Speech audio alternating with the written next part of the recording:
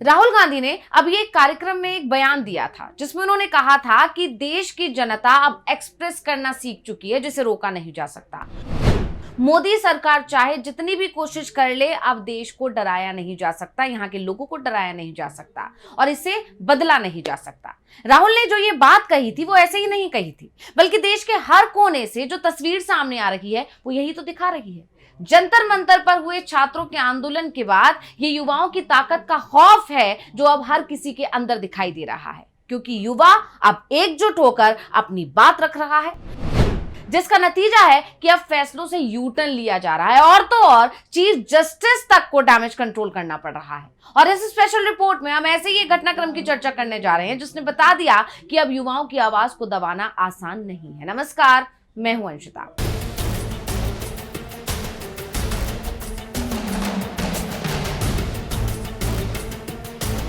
देश के युवाओं को कॉकरोच कहकर नाराज करने वाले सीजेआई अब उन्हें मनाने और साधने में लगे हुए हैं, जिसे डैमेज कंट्रोल कहा जाए तो गलत नहीं होगा।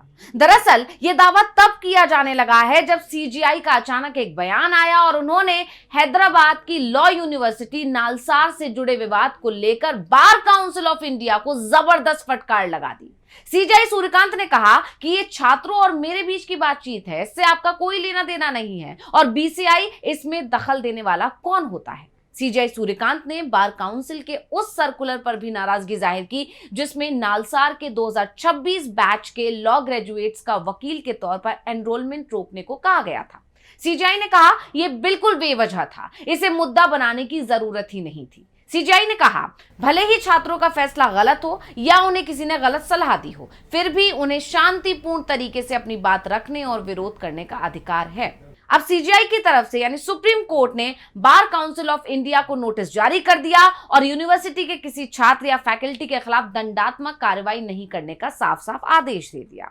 यानी सीजेआई ने इस पूरे मामले में कहीं ना कहीं ये पेश करने की कोशिश की कि उनको इस मामले से कोई आपत्ति नहीं है। दरअसल ये सारा मामला तब विवाद में घिरा या तब सीजेआई को इस मामले में हस्तक्षेप करना पड़ा। हैदराबाद स्थित national academy of legal studies and research यानी नालसार लॉ यूनिवर्सिटी के 2026 बैच के ग्रेजुएट्स के एनरोलमेंट पर रोक लगाई थी और जिस तरह से इस फैसले का विरोध शुरू हुआ उसके बाद मामले में सीजेआई की एंट्री हुई और उनके अल्टीमेटम के बाद उस फैसले को वापस ले लिया गया। और इस दौरान सीजेआई को जो टिप्पणी आई वो साफ बता रही है कि वो छात्रों की ताकत को समझते हुए डैमेज कंट्रोल कर रहे हैं। तो चलिए अब आपको पूरा मामला बताते हैं कि आखिर बीसीआई की तरफ से ये फैसला क्यों लिया गया था, किस वजह से एनरोलमेंट रद्द करने की बात कही गई थी, क्यों दंडात्मक कार्रवाई करने की बात कही गई थी और कैसे सीजेआई ने उस पर डैमेज कंट्रोल करने की कोशिश की है। दरअसल ये मामला है नालसार यानी national academy of legal studies and research Hyderabad का, जो कि एक लॉ यूनिवर्सिटी है। यहाँ करीब 1400 छात्र पढ़ते हैं और इनमें से करीब 450 छात्रों ने 2026 के दीक्षांत समारोह में सीजेआई जस्टिस सूर्यकांत को चीफ गेस्ट बनाए जाने का खुलकर विरोध कर दिया था।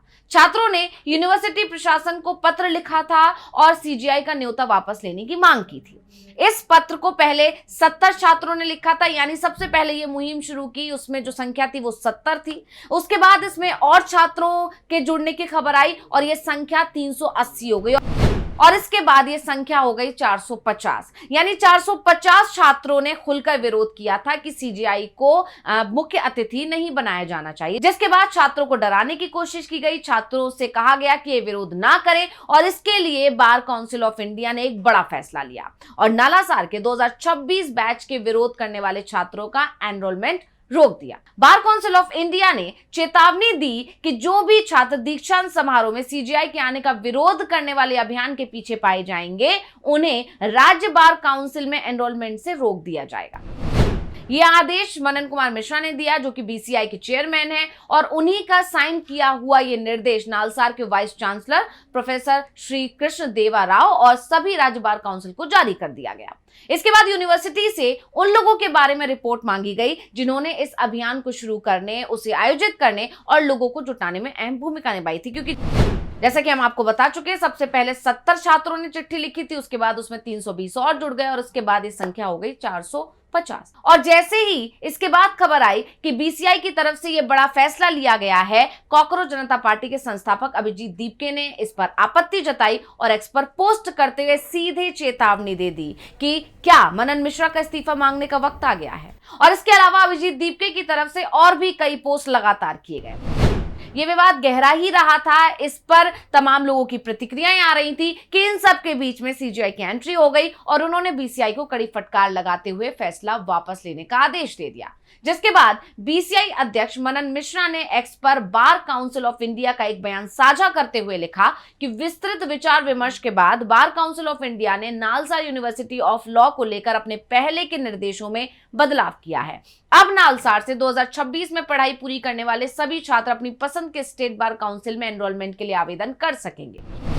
अब यहाँ गौर करने वाली बात यह है कि वरिष्ठ अधिवक्ता मनन कुमार मिश्रा जो हैं वो बिहार से राज्यसभा सांसद भी हैं और वो भी बीजेपी के सांसद हैं और बार काउंसिल ऑफ इंडिया यानी बीसीआई के अध्यक्ष हैं। यानी मामले में बीजेपी ने कूदने की कोशिश की थी, छात्रों को डराने धमकाने की कोशिश एक बार फिर बीजेपी की तरफ से की गई थी, लेकिन छात्रों के गुस्से के आगे मनन मिश्रा को यू टर्न लेना पड़ा और उसकी वजह रही सीजीआई की एंट्री, जिसके बाद अब यह भी कहा जा सकता है कि सीजीआई ने एक बार फिर बीजेपी को करारा झटका दे दिया है। तो अब यहाँ यह भी समझना जरूरी है कि आखिर छात्रों ने सीजीआई का विरोध क्यों किया था। तो chief justice of India Suryakant ने युवाओं को कॉकरोच कहकर पूरे देश के युवाओं का गुस्सा भड़का दिया था। नतीजा ये हुआ कि युवाओं ने मिलकर अपनी ताकत का एहसास दिलाया और मोदी सरकार तक को झुकने को मजबूर किया। जंतर मंतर पर जिस तरह से प्रदर्शन हुआ, उसके बाद 36 दिन तक जब ये प्रदर्शन चला, उसके बाद जाकर धर्मेंद्र प्रधान ने इस्तीफा लिया। यानी सरकार को कहीं ना कहीं छात्रों के आगे मजबूर होना पड़ा। लेकिन छात्रों का गुस्सा खत्म नहीं हुआ है और सीजीआई के बयान के खिलाफ वो अपनी नाराजगी जाहिर लगातार कर रहे हैं और ऐसा कई मौकों पर देखने को भी मिला। जस्टिस सूर्यकांत के खिलाफ ये गुस्सा तब ज्यादा बढ़ गया जब नीट पेपर लीक मामले में प्रदर्शन कर रहे छात्रों के पुलिसिया दमन का वीडियो देखने से सीजीआई ने मना कर दिया था और कह दिया था कि हमारा समय बर्बाद ना करें, जिसके बाद सीजीआई के खिलाफ विरोध हो रहा है और अब उसी को खत्म करने की कोशिश सीजीआई की तरफ से लगातार की जा रही है। छात्रों के साथ हुई बर्बरता हो या फिर अब एनरोलमेंट वाला मामला, सीजीआई लगातार बीजेपी के फैसले और रवैये के खिलाफ ही टिप्पणी कर रहे हैं। और अब जिस तरह से सीजीआई ने बीसीआई चेयरमैन को फटकार लगाई और उसके बाद ही बीजेपी के राज्यसभा सांसद को अपना फैसला पलटना ही पड़ा और इसे सीजेपी अब छात्रों की एक और बड़ी जीत बता रहा है। यानी कहा यह भी जा सकता है कि देश के युवाओं और छात्रों की ताकत ने मोदी सरकार और बीजेपी को घुटने टेकने पर मजबूर कर दिया है। तो स्पेशल रिपोर्ट आपको कैसी लगी हमें कमेंट करके अपनी राय जरूर दीजिएगा। इसी के साथ मुझे दीजिए इजाजत। देखते रहिए डीवी लाइव। नमस्कार।